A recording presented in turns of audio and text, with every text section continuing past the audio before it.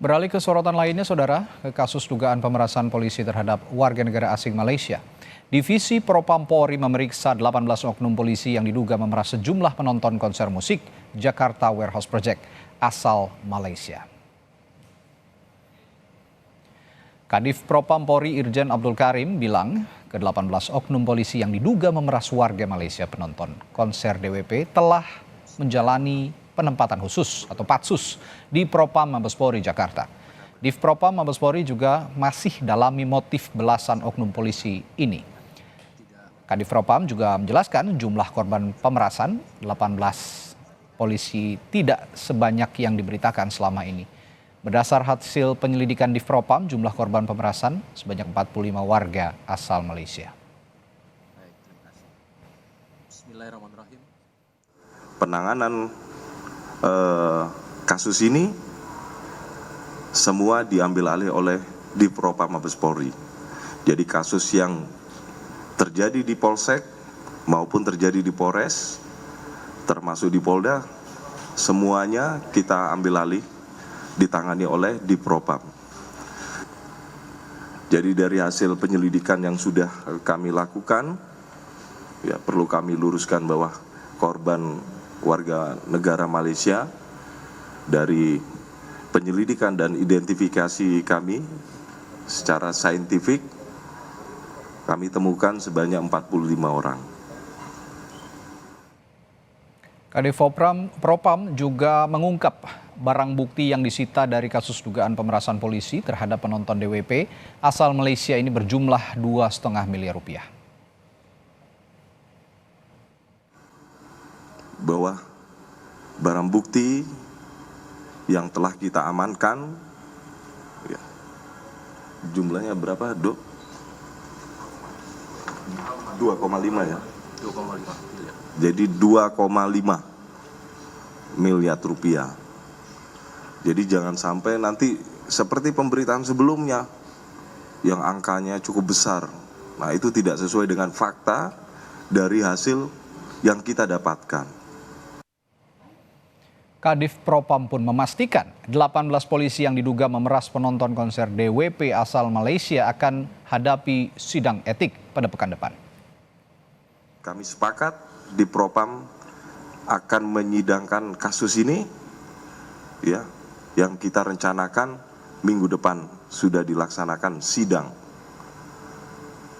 kode etik yang akan kita laksanakan minggu depan. Komisi Kepolisian Nasional atau Kompolnas menilai ada potensi pelanggaran pidana dalam kasus pemerasan 18 oknum polisi terhadap penonton konser DWP asal Malaysia.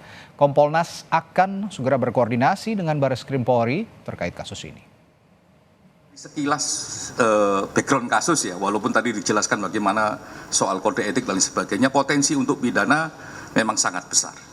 Dan nanti kami akan berkomunikasi dengan Reskrim ketika proses etiknya sudah berjalan, dan kami akan monitoring proses etiknya. Kalau dalam proses etik memang secara terbuka nanti kelihatan ini struktur peristiwanya kayak apa, apakah ada potensi pidananya, ya saya yakin Pak Kapolri, Pak Kabar Reskrim akan menindaklanjutin itu. Kamar Dagang dan Industri atau Kadin mengapresiasi langkah Polri menindak kasus dugaan pemerasan polisi ke warga negara Malaysia dalam pagelaran musik DWP.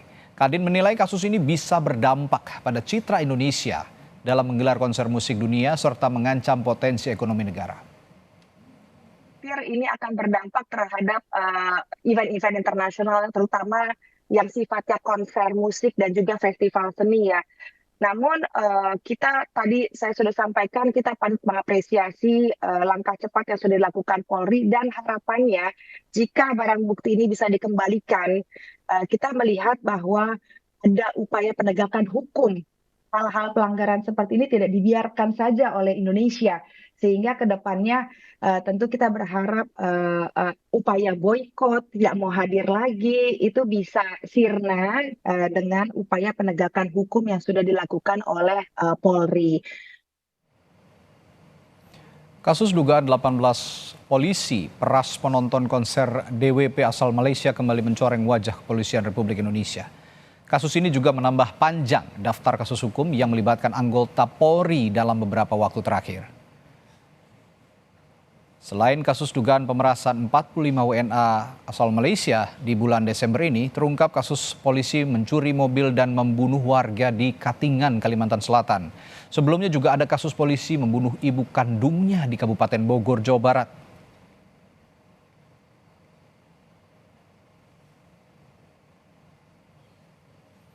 Di bulan November lalu juga banyak kasus hukum yang melibatkan anggota kepolisian yang menjadi sorotan masyarakat.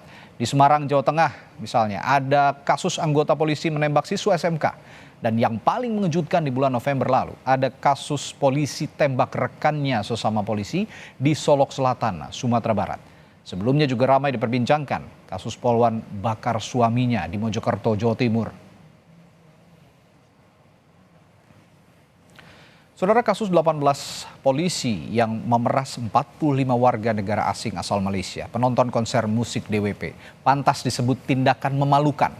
Ini sekaligus menambah daftar panjang kasus polisi yang melanggar hukum di Indonesia.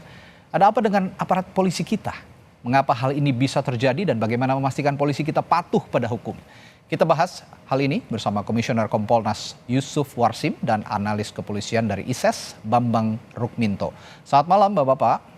Selamat malam, Mas Radi. malam, Pak Radi, Ya. Pak Yusuf. Iya, Pak Yusuf, saya tanya dulu ke Pak Yusuf kalau gitu, ada apa dengan aparat polisi kita ya Pak? Kok bisa sampai mengambil kesempatan memeras WNA yang seharusnya mereka ini melindungi melindungi tamu lah ya. WNA ini kan tamu datang ke Indonesia untuk menonton konser musik, ya seharusnya mereka dilindungi malah diperas gitu. Ada apa Pak ini sebenarnya Pak? Iya, walaupun yang terjadi terakhir ini cukup luar biasa ya. Publik pasti gemas lah publik karena Ya, itu tentu saja. mencoreng nama baik negara itu udah bangsa dan negara ya itu. Walaupun sebenarnya kami telah membuka data-data pelanggaran. Memang trennya tahun 2024 ini sebenarnya menurun dibandingkan 2023. Oke. Tapi yang terjadi terakhir ini kan ini 18 yang itu dalam bahasa internal Polri masih disebut oknum. Nah, 18 kita pinjam saja bahasa Polri oknum. Ini sudah luar biasa. Kegentingan yang memaksa ini. Ada hal yang perlu segera, tidak boleh jalan di tempat. Ya. Pembenahan yang harus dilakukan. Kami sendiri terus mendata adanya pelanggaran-pelanggaran dan penyimpangan ini yang sekarang ini tidak main-main 18 anggota. Walaupun kita apresiasi Propam sudah bekerja. Ya. Tapi Oke. saran saya tidak hanya pada kode etik. Itu dia. Proses pidananya perlu dilakukan, barangkali ada pihak-pihak lain yang tidak hanya institusi oknum 18 itu, ada pihak-pihak lain di luar yang disebut oknum. Nah, itu perlu diselidiki. Jangan-jangan ada kerjasama di situ, diduga. Jangan sampai polisi kita justru jadi sindikat loh Pak ini jadinya. Ya, terlepas dari itu perlu diproses pidananya untuk diselidiki. Ya, oke. Jangan sampai hanya terkait dengan institusi Polri semata, barangkali ada yang lain. Itu yang pertama. Yang kedua, tentu kami mendorong juga Propam tidak hanya soal pada 18 oknum itu di dalam proses pemeriksaan pendahuluan sebelum dilakukan dibentuknya komisi kode etik untuk menyidangkan mereka. Perlu juga diminta klarifikasinya para pimpinan mereka itu. Ini kan lengkap. Ya. Ada unsur Poldanya, unsur Polresnya, unsur Polseknya. Jadi para pimpinan di atas mereka itu perlu diminta klarifikasi sejauh mana mereka memahami apakah mereka itu benar-benar bertugas sesuai dengan yang diperintahkan menjalankan tugas pengamanan, tidak ada tugas-tugas penyimpangan. Itu perlu diminta klarifikasi agar sekali lagi Mas Radit, fungsi pengawasan melekat di Polri itu bekerja dengan baik. Jangan ada anggota yang itu dikatakan oknum melanggar. Tapi dari Kompolnas sendiri sudah menanyakan ini, mengklarifikasi ini kepada pimpinan-pimpinan mereka? Karena kan ini dari, kalau kata Pak Yusuf tadi, dari Polda, Polres, Polsek. Nah, pimpinan-pimpinan merekanya sendiri sudah diajak berbicara oleh Kompolnas, Pak Yusuf? Secara umum yang bisa menjangkau langsung untuk meminta klarifikasi itu kan Propam. Kami secara umum kemarin itu bertemu dengan Propam itu agar Propam mendorong, memastikan fungsi pengawasan melekat pimpinan kepada bawahannya itu bekerja optimal. Maka ketika ada kasus seperti ini, pimpinan-pimpinannya itu diminta klarifikasi. Itu. Yang ketiga, Mas Radi, yang penting lagi, jangan hanya menindak. Ini kan akhir tahun kita disuguhi, publik pasti gemas lah, karena ini mencoreng nama baik bangsa, nama baik negara gitu, walaupun pembuktiannya masih kita tunggu. Ke depan ini jangka pendek, pimpinan Polri di setiap tingkatan, Polda, Polres, Polsek itu segera lakukan audit etika kepada personil. Apabila di dalam audit etika itu ditemukan ketidaklayakan, ya sudah disuruh mundur saja jadi anggota Polri. Itu kira-kira. Baik, saya ke Pak Bambang. Pak Bambang, ini kan sebenarnya ya, kalau kita mau berkaca pada kasus-kasus yang melibatkan anggota polisi, bukan pertama kali terjadi. Cuman kok makin kesini, kadarnya kok makin dalam tanda kutip membahayakan sebenarnya. Ini jadi warning alert ya bagi institusi Polri sebenarnya. Nah, saya ingin tanyakan ke Pak Bambang, dari beberapa kasus yang melibatkan anggota polisi, yang terakhir adalah yang kita tahu bahwa anggota polisi diduga memeras gitu ya, warga negara asing. Kalau kata Pak Yusuf tadi kan ini seharusnya pimpinan-pimpinannya juga harus diklarifikasi. Kalau dari Isa sendiri, Anda melihat pimpinannya tahu nggak sebenarnya apa yang anak buahnya lakukan sebenarnya di institusi Polri ini? Iya, saya melihatnya ini bukan sekedar oknum ya, tapi 18 orang ini adalah kelompok. Ya, itu yang tadi saya bilang, jangan sampai jadi sindikat. Iya, sebuah kelompok itu bergerak tentu ada yang mengorganisasi gitu. Ya. Artinya kalau fungsi kontrol dan pengawasan di kepolisian itu berjalan dengan benar, ini tidak mungkin terjadi.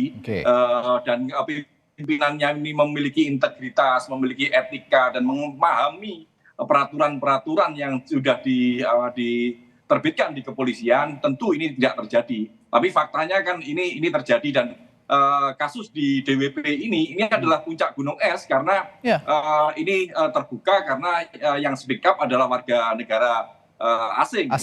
Tetapi di kasus-kasus di internal untuk yang menyeret warga negara Indonesia, ini tentu sulit untuk mereka speak up gitu, karena warga negara asing lebih independen, mungkin lebih tidak terintimidasi lah dengan kekuasaan atau kewenangan kepolisian kita seperti itu.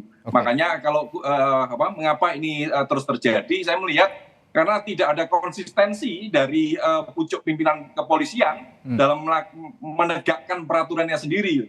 Peraturan tentang etik, disiplin itu sudah ada. Peraturan terkait dengan pengawasan melekat itu juga sudah ada, tapi faktanya kan tidak dilaksanakan gitu. Dan seringkali kepolisian permisif terhadap pelanggaran-pelanggaran. Kita masyarakat tentu juga melihat bagaimana seseorang yang sudah melanggar etik, bahkan melanggar pidana, masih diakomodasi di kepolisian, bahkan dipromosikan. Ini tentu menjadi pelajaran bagi mereka, oknum-oknum lain, untuk tidak mematuhi peraturan di internal kepolisian. Pak Bambang, kalau kita fokus pada kasus ini kan sebenarnya yang banyak terlibat dalam tanda kutip adalah oknum polisi dari Direktorat Narkoba begitu. Dan yang terlibat adalah dari Polda, Polres, dan Polsek begitu. Kalau Anda sendiri melihat seharusnya Direktorat Narkobanya, pimpinan Direktorat Narkobanya ini sendiri harus diperiksa nggak sih? Iya, bukan keharusan lagi, tapi ini wajib sesuai dengan peraturan Kapolri 2 tahun 2022 tentang pengawasan melekat. Personil yang melakukan pelanggaran, pimpinan dua tingkat ke atas itu harus diperiksa.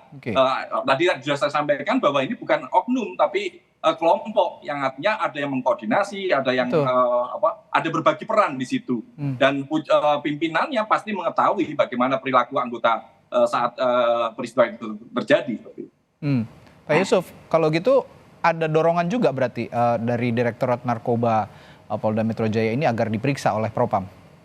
Ya, kan tadi sudah saya sampaikan, kami itu sudah bertemu Oke. sebelum mencuat peristiwa ini dalam rangka menjaga kehormatan, menjaga etika. Kami bertemu Propam beberapa waktu lalu, saya sampaikan, Ya. saya minta Propam memastikan fungsi pengawasan melekat itu optimal.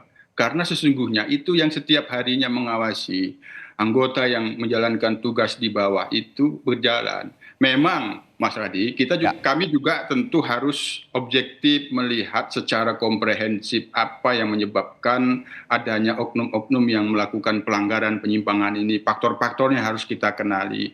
Faktor beban kerja, faktor beban keluarga, faktor beban pribadi itu cukup kuat cukup kuat. Kalau kita analisis mengenal oknum-oknum yang melakukan pelanggaran itu, nah tentu ada faktor yang sangat penting mereka itu bekerja diawasi. Nah, yang bisa mengawasi setiap hari untuk mengenal permasalahan-permasalahan anggota yang di bawah itu ya pimpinan di atasnya. Oleh karena itulah pada saat dibentuknya Perkap tentang pengawasan melekat itu kami Kompolnas ini memantengi itu. Ini bagus ini barang bagus ini. Memastikan setiap anggota yang di bawah pada setiap pimpinan di tingkatan itu akan bisa mencegah. Oleh karena itu, ya sudah sewajarnya sesuai dengan Perkap itu, pimpinan di atas mereka itu diminta klarifikasinya. Bila perlu dimintai tanggung jawabnya, agar ke depan tidak lagi ada yang dikatakan oknum-oknum yang begitu banyak melakukan pelanggaran. Itu Mas Radi. Pak Yusuf, Anda juga kan tadi sudah berbincang dengan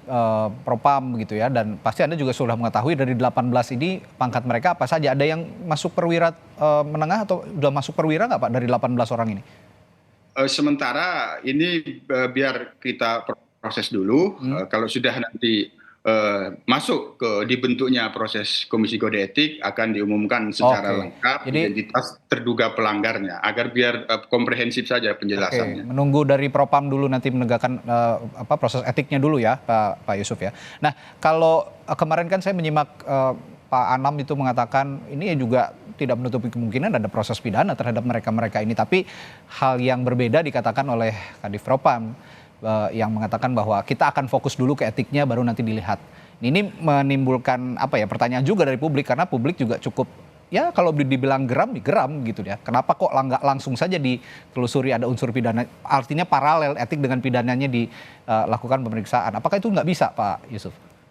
Bisa, asal ada kemauan saja. Tentu Kompolnas sebagai pengawas fungsional yang menilai dan memantau kinerja dan integritas anggota dan pejabat Polri. Tadi saya sudah menyarankan bahwa perlu dilakukan penyelidikan pidananya. Bisa jadi ada unsur-unsur lain yang bukan unsur oknum anggota Polri. Itu kan perlu gitu. Oke. Nah, kita juga tanyakan ke Pak Bambang kalau gitu, bagaimana memastikan jalannya kasus ini atau kita sama-sama mengawal agar Polri, Propam Polri juga memproses kasus ini dengan transparan, Pak Bambang. Ya, apa yang disampaikan oleh Mas Yusuf tadi,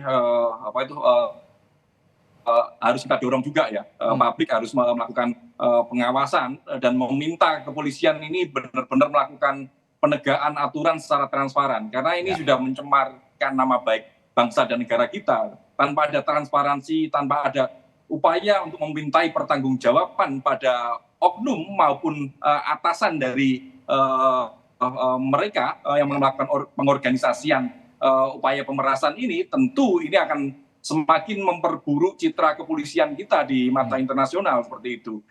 Upaya untuk mendorong proses pidana itu tentu harus kita lakukan karena ada indikasi bahwa Komite Kode Etik dan Disiplin di Kepolisian ini seringkali menjadi bunker dari oknum-oknum yang melakukan pelanggaran di internal itu. Makanya proses pidana kalau kemudian ada terkait unsur-unsur pidana itu harus segera didorong. Tanpa ada proses pidana, lagi-lagi ini tidak akan memberikan efek jera bagi para personil yang melakukan pelanggaran. Ya, itu jangan sampai juga nanti polisi kita yang harusnya melindungi malah ya jadi jadi orang yang atau jadi pihak-pihak yang justru menjadi beban untuk masyarakat, karena masyarakat juga takut. Ini yang kita harapkan bersama tentu saja. Baik, terima kasih Pak Bambang Rukminto telah berbagi informasi dan perspektifnya di Sapa Indonesia Malam, juga Pak Yusuf Warsim dari Kompolnas. Terima kasih, sehat selalu, Sampai jumpa lagi di lain waktu, Bapak-Bapak. Ya, terima